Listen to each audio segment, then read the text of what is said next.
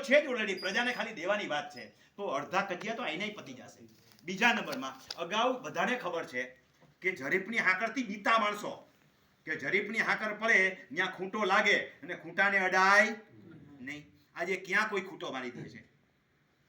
નવો એક પરિપત્ર આપો, ભલે દબાતી જમીન છૂટી ન કરાવો કઈ નહીં, સર્વેના અધિકારમાં નથી આવતું, ડીઆઈએલના અધિકારમાં સીધું નથી આવતું, પણ માપણી કરો ત્યારે ખૂંટો મારો, ખૂંટ હટાવી શકાશે નહીં. એ જવાબદારી નિર્ધારિત કરો, હટાવે તો દંડ, પેનલ્ટી અને એફઆઈઆર ની જોગવાઈ રાખો, અડધા કજિયા પતી જશે.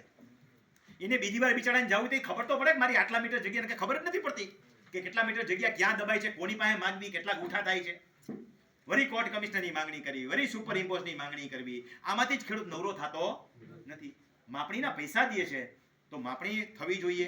અને એક બીજી વસ્તુ, કબજા ફેરની અંદર આ બાજુવાળા મારે કબજો ફરી ગયો છે, ઈ ન્યા જ બેઠો છે, હું અહીં બેઠો, માત્ર મારા સર્વે નંબર તમે બદલાવી નાખ્યા છે રીસર્વેમાં, તોય મારે આનું એફિડેવિટ લેવું પડે. આ ક્યાંનો ન્યાય છે?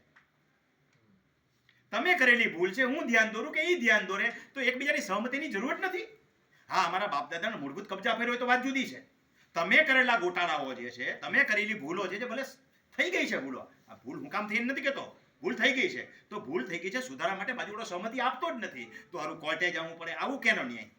આમાંથી નવરાટ નહીં થવાય. તમે કરેલી ભૂલો છે, કોઈ પણ વ્યક્તિ ધ્યાન દોરે અને ખરેખર એ ભૂલ હોય તો વેરીફાઈ કરીને સુધાર નાખવી જોઈએ. સામે વાળો સહમતિ ન આપે તો કાંઈ નહીં, એ કેરોસીનનું ડબલું ને આપઘાત કરવાનું કે ભલે કરતો, ખોટો જ છે.